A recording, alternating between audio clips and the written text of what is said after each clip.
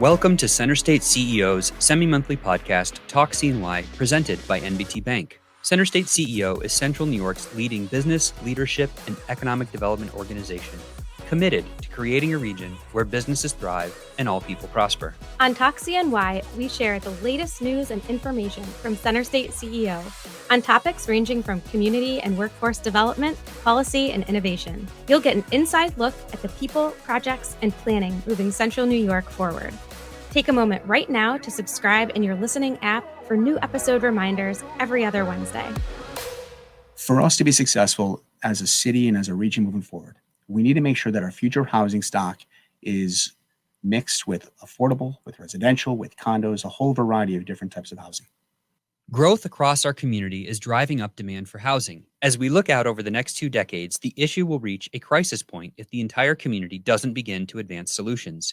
We are joined by local entrepreneur and developer Ryan Benz, who will talk to us about some of the development projects he has in the works that will help us meet this increasing need.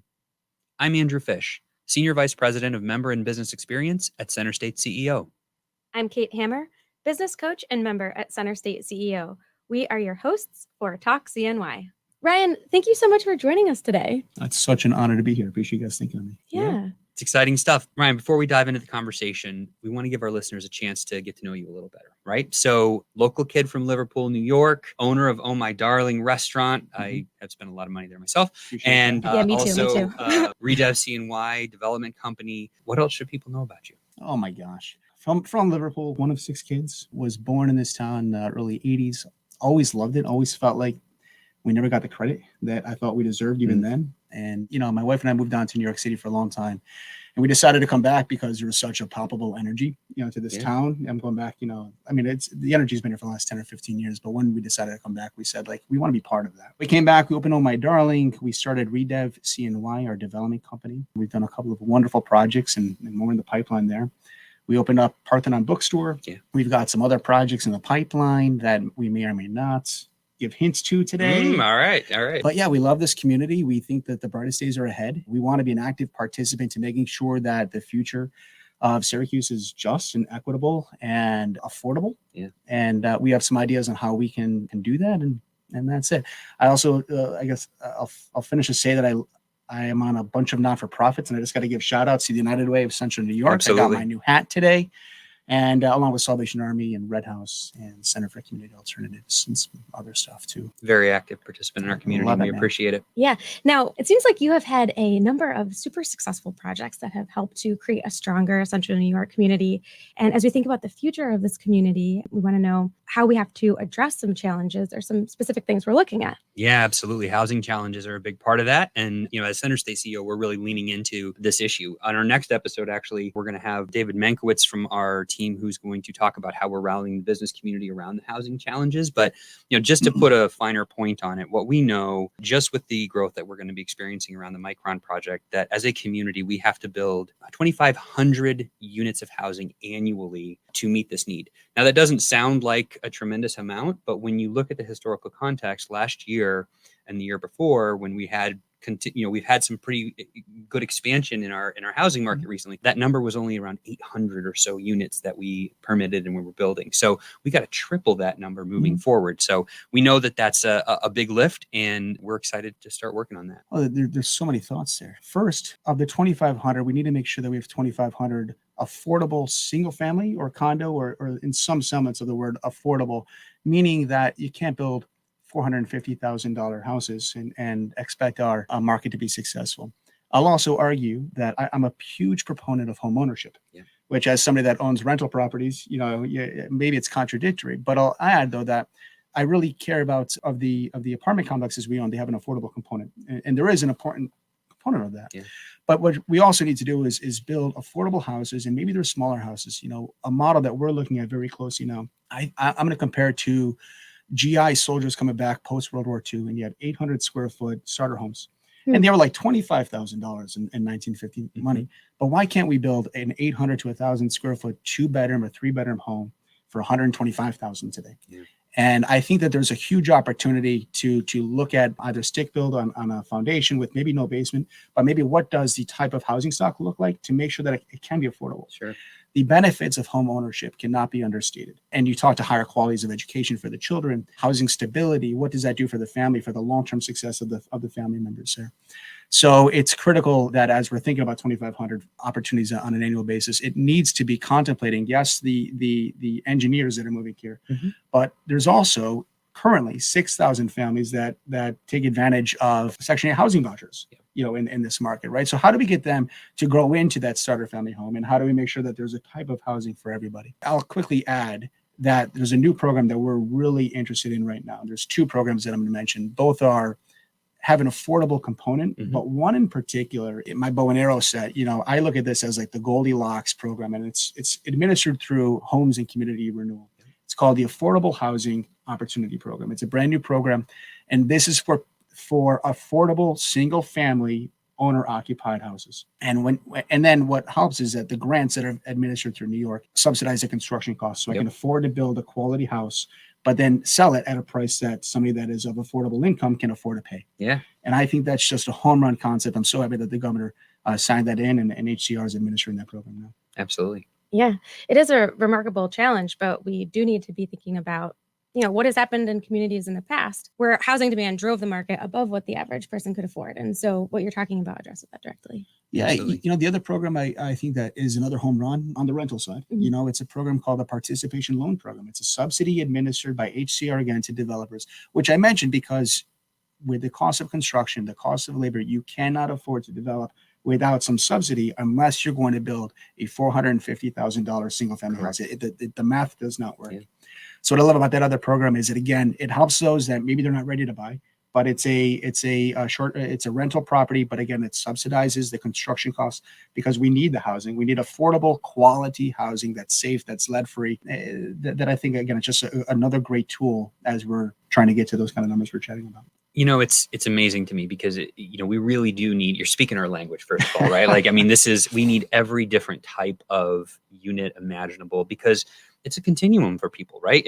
Everyone's not ready to go out and buy that single family home for 450, let alone 200,000, right? And so we need to think about this mix. We need to think about this growth in a smart way. Want to talk a little bit about some of your projects? You've got a lot of exciting stuff going on. I know you, with Redev CNY, you currently have over $400 million worth of projects underway that you are part of, participating in, doing yourself. Do you sleep? Well, no, that's not the real question, but can you talk to us a little bit about what some of your projects are that are kind of unique and cool and why you're excited about them? Well, I'll start by saying the downtown market has been wonderfully saturated with market residential housing for the last decade, mostly thanks to historic tax credits, which is mostly how this got funded. And then you think, well, where does downtown grow? And I do believe in a very strong downtown market. And I'm okay, frankly speaking, if that's a rental, because generally if you can afford to rent in the $3,000 a month apartment, you can afford to buy your. You're choosing to do that as opposed to not home It's a different part of the market. Yep. But then I think, well, how does downtown grow? And I love the corridor between downtown and Tip Hill as an example. That is it, East Fayette or West Fayette Street? Westville. West Fayette. Yep. So we just bought our first 2 buildings on that stretch. We are in for permits right now. We're doing additional 38 units that are kind of within that right there. We have another building that we own on that same block that we're contemplating doing residential for about 24 units. Okay. And then we have offers in on several others where we're, again, you have the vitality of Tip Hill and you have the vitality of downtown, but you kind of have this gray area. Yeah. So we're really excited about that area there. There's a robust artistic flavor to that whole big time. Which is just, I love what Rick DeCito's done, and Rick is one of a lot of individuals that are just tremendous projects there. Yeah. So that that's coming on the pipeline. We have that in development, in for permits, in design, depending on the projects. But really, really cool strategic infill to continue growing that area. The Penfield Manufacturing Building, man. Yeah. So such a unique project. I didn't have white in my beard when we started that one. I'll say that. That one, so that was, for anybody listening from the Syracuse region, it's the building across the street from Destiny USA that has the house on it. Yep. The house on the roof. Yeah. Can't be missed. Yes. No. Yeah. It literally was Santa Claus's workshop when he wasn't at the North Pole. That's where he stayed there. That's lore. And we evicted him. No, I'm kidding. Oh my gosh. Oh no. No. Oh no. Ryan's not the bad guy. Let's just clear that up. Okay. No. So just look, from Liverpool, right? Like you drive past that building and however long we've lived here, that building has been dilapidated. Yeah. So when we came back from New York, we did a couple of buildings downtown. That one was like how does somebody do that? And I got to say, few partners could have handled that project in general, nationwide. And thank God one of them that's here was Housing Visions. Mm-hmm. Housing Visions is a beautiful gem in this market, instrumental to huge swaths of community development here. So when, there's something about having the optimism to say, oh, we can figure that out. But then thank God you have like a phone call that you can call to actually figure that out, because we could not have done it without them. Mm. So we called up our friends at Housing Visions, my partner, Steve Case, and I. Mm-hmm. We had a lot of meetings. We had a lot of versions of what that pro forma looks like. Absolutely, it became a much bigger project than we expected it to be. I remember our original pro formas were less than half of what the final budget came in at. Yeah. And again, that project is going to be a beacon of hope on the north side. I really believe it's redeveloping an entire block at the corner of Wolf Street and North Salina Street. And what I love about it is that development spurs development. Yep. So right across the street, there was 2 additional historic structures that are now in contract. Mm-hmm. I think they closed. They're in development, and there'll be additional housing right there. And I had a meeting earlier today with somebody from the Parks Department. They're putting a splash pad in Washington Square Park. It's awesome. So now all of a sudden, mm-hmm. So I don't know if that was announced or not, but it was. Yeah. Hashtag don't blame me. Yeah. But all of a sudden you have hope and you have quality, stable housing for 128 families, which is what we're building up there. So It's just an incredible, close to the regional market, transportation, the mall for jobs, and all great stuff.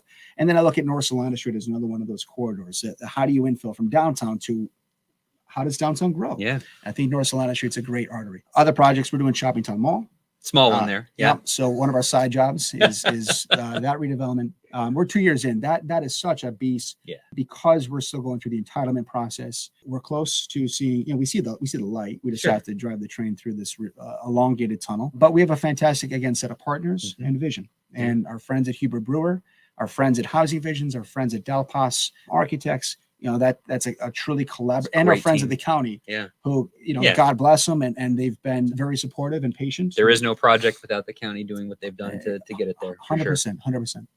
So, that's another one. We have, we have some other stuff too, but that's what I'll tease. That's only a small little bit, I mean, like you said, those are really needed projects. We're excited to see what happens with Shoppingtown, because, it's one of those things where as we transform as a community, right? We have assets that used to be something and are no longer there. And how do you re-engage them? What you're doing with Penfield Manufacturing, what you guys are looking at doing with Shoppingtown, what you're doing on the near west side, all fantastic stuff. Shoppingtown too, it's almost a quagmire, because it's in a beautiful area. And there's a need for housing over there. It's extremely expensive to build. Yeah. So there's a risk that's, what is the appropriate speed at which you build, and what is the appropriate use types? But again, I believe District East, with the walkable community, we try to build things that have an architectural, neurological effect to them, right? So how do you feel when you're in a place? Oh, I love that. And I think District East will have that feeling. I'll say that there's a reason, Oh My Darling is bright. When you walk in, you feel differently. When you go to the Fitz, you feel differently. But every one of those is designed in that way. Penfield the same, but Shoppingtown, from a retail presence, when you're walking on the street, what's the music that you're going to listen to? What does the type of concrete? Are you walking on sidewalk pavers, or is it a beautiful stone that has water, waterfalls in the middle? Yes. Yeah. Yes, please. Yes. And how does it inspire people to have hope and have a greater sense of pride in their community? And we're very, we try to focus on that. Yeah. For sure. When you are making decisions about which projects you want to become connected to, what are you attracted to? What is drawing you in? Yeah. Oh my gosh. So we have a hierarchy that we chat about in the office. There's 3 things on it. 1 is community impact. 2, is it fun? And 3, can it make money? Can it be sustainable? And can you finance it and go through that process? It's always been in those 3 things. I believe that that's how you create community change. It needs to have this personality to it. So we try to kind of focus on there, and that has to be fun. Like, what the hell are you doing? You have to. You're going to be spending a lot of time and energy. It better be enjoyable. And you need great people to work with and all those things too. And I think I'll kind of, if I can tie that back to like Shoppingtown as an example, Shoppingtown is the quintessential check on those 3 things. Well, we hope it's profitable. Right. But the other 2, for sure, big checks. But again, from a community impact perspective, It's a great location. It ties to the Empire State Trail, essentially right there. There's been fantastic investments along Erie Boulevard that can kind of tie downtown, which I'm very conscientious that District East does not hurt downtown, right? Because you have to be sensitive there too. But it ties the universities to this area. So as we were developing the concept, we said, well, how does housing play into this? And then if you have housing, what does that look like in an equitable way? So we're currently, and this is all public knowledge, proposing in excess of 600-700 or plus units, over there. Yeah, residential units. But then if you're going to do that, you cannot have 100% be market rate. Right. So you want to make sure that you have some kind of an affordable component. And then, by the way, I can't wait because I want, affordability needs to happen outside of just the city proper. Sure. So you have fantastic educational opportunities, and then you have a robust environment community, that has a residential opportunity. Then that also supports the diversity in the residential, supports diversity in the retail offerings with their proposed grocery that's over there. All these things tied together with a quality experiential, a livable retail, but just a living space. I mean, we have 5.5 acres of parks that we've proposed over there. So all of these things tie together that you're creating a diverse, equitable little community. Yeah. And that was really important to us. And that again, that's fun. When you have an opportunity to create and design that creates social value, that inspires people, and then we hope will be profitable on the backside. It's a big risk, but that's all the boxes being checked. Sounds fantastic. Clearly those boxes are checked. You said something there that I want to talk about a little bit, right? And it sometimes can be the elephant in the room when you're thinking about development, but you talked about, hey, let's think about affordability outside of the city. And, there's some challenges to that, right? When it comes to making that kind of development happen. And, let's be real, there are certain communities where that's embraced, and there are certain communities where there are literally zoning processes and permits and other things set up to make that less practical or less possible. Talk to us a little bit about some of the things that people don't understand when they're thinking about development in these communities. What makes it a little bit more challenging? What makes it a little bit more difficult maybe in this region? And what are some of the ways as a developer you'd like to see some of that get streamlined or take those barriers down? It's an incredible, impossible question because there's so many nuances from a zoning perspective, which I'm a huge proponent of not only rezone, but also the county's initiative to relook at the zoning across the county. And I need to learn more about it because I don't believe that also overlaps the existing zoning though too. So you're still going to have some challenges in terms of how the local towns handle the zoning for large scale projects. Now there's multiple ways to address housing though, and it doesn't need to be in an affordable house. And that kind of goes back to some of those subsidy programs I mentioned before. So as an example, if I call it the AHOP program, the Affordable Housing Program, I can do single family houses, which might be compliant from a zoning perspective. And they're going to be next to a market rate, if you quote unquote market rate, single family tract of land, and you're not going to know any difference. I would encourage anybody from a zoning perspective, what the hell are we afraid of? Right. What are we afraid of? And we have a shortage in this community of quality housing. In fact, the dilapidation of the housing stock in the city is full of lead. If I have a choice of having affordable housing in my backyard or having a kid live in a lead-based apartment, I probably shouldn't say what I would want to say to that person.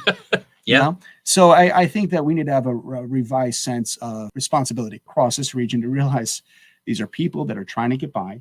And by the way, when you talk about affordability, there's different tiers within that. But the bottom line is these people are trying to survive. Yeah. So, I lived in New York City for a long time, for 12 years in total. People are people. So I really would encourage zoning changes to allow for the density that we need in the future. And by the way, your community is going to be left behind from a taxing perspective, from a property value taxing, unless you take advantage of these programs. So I think it's a win-win for everybody to be a little bit more sensible on the future housing opportunities. It's really a great point about all of that. And hopefully we'll see a lot of that change happening. We'll be right back to continue this conversation with Ryan, and we'll be digging deep into his creative brain around some development ideas. But first, a word from our presenting sponsor of Talk CNY, NBT Bank. Every day at NBT Bank, we focus our business around all the ways we can help yours. We're large enough to offer leading business and digital solutions, but local enough to ensure personalized one-on-one service. So turn to NBT Bank for a full range of business solutions, like capital and treasury management services, even fraud protection, and see how NBT Bank is just the right size to help you do big things. Visit nbtbank.com to learn more and start a conversation. Equal housing lender, member FDIC. This is Talk CNY, and we are continuing our conversation with Ryan Benz. And Ryan, we just want to know, what is one crazy project that you would really like to do or see done for this community? Just one. Just Can I give you two? The I wanna give you two. craziest. Or okay. craziest? No, you can give us two. Well, It's fine. I want Yeah. to tease a project that's under development right now. Ooh. We're in for permits on, but this has not been don't call Rick Moriarty at Syracuse.com. Got it. Quite yet. Got it. okay. But we are in development and building a beautiful, massive rooftop bar at the corner of Solana Street and Jefferson Street. Yeah. It's Yay. it's ridiculous. It's probably overbuilt. I'll say that. It's about 12,000 square feet. It's about half enclosed, so it'll be open all year round. But there's beautiful skylights, beautiful glass railings. It's about 5,000 square feet of outdoor space. And what I love about it, I've been up on that roof, and as you overlook, you see the Landmark Theater marquee, and it's just a spectacular. I think it'll be a spectacular venue for events and just a higher quality metropolitan experience. So that's my first. But if I could do any project, Mhm. and I said this to the mayor, I said, Mayor Walsh, how? Because they go back to like that neurological architecture. So how do you feel when you're walking down the street? And I said, like, why do you feel differently when you're walking down the street in New York or in Montreal? Montreal has more snow than we do, but they are, it has a different charm to it. And I can't do much about the existing architecture, but I'm telling you, we need to add speakers to every light post that goes down Solana Street or any street that has the 5G connectivity. And I want to play inspirational like Disney music, I'm not talking like Lion King. I'm talking like the soundtracks when you walk through their park. Mhm. The score, Yeah. like classical inspirational music on the speakers as you walk through the city. If I could do anything, I think that would change That's the fascinating. optimism, the energy. People would feel different when they're walking through. And so much of what we all try to do, Center State, the county, us at Redev, we're trying to change hearts. We're trying to change perceptions of what Syracuse used to be, but what it is in the future. And when you change how people feel as you're walking around, all of a sudden I'm walking in retail stores and you just feel different, that would go a long, long way. So that's like my aspirational. I can't do it, but I would love to do a kind of a project. I love that idea. Yeah. You can't do it yet. Yeah. Yeah. Yeah. Love that. Ryan, thank you so much for being with us today. You're an inspiration, honestly. The stuff that you're working on is fantastic. And I know you're a very humble guy, and we're just so grateful that, you and your family chose to come back here to your home and be a part of the change that we're seeing happen here. I appreciate you guys very much. Center State's the quarterback of everything we do. So appreciate you guys. Thanks. Awesome. Center State CEO's podcast, Talk CNY, is presented by NBT Bank and is available on clickcny.com and all major podcast platforms. After each episode, you can join us on Click, where we will continue to chat about this topic and provide additional resources and links. In Click, you can also listen or watch every episode in the series of Talk CNY. Click is Center State CEO's interactive digital chamber platform where our members connect, learn, and receive support from our staff. Join us in 2 weeks as we continue our conversation about housing and the work driven by Center State CEO and its partners to make sure the community is able to meet demand. For new episode reminders every other Wednesday, be sure to subscribe in your favorite podcast listening app. If you're enjoying Talk CNY, consider leaving a quick review or 5-star rating.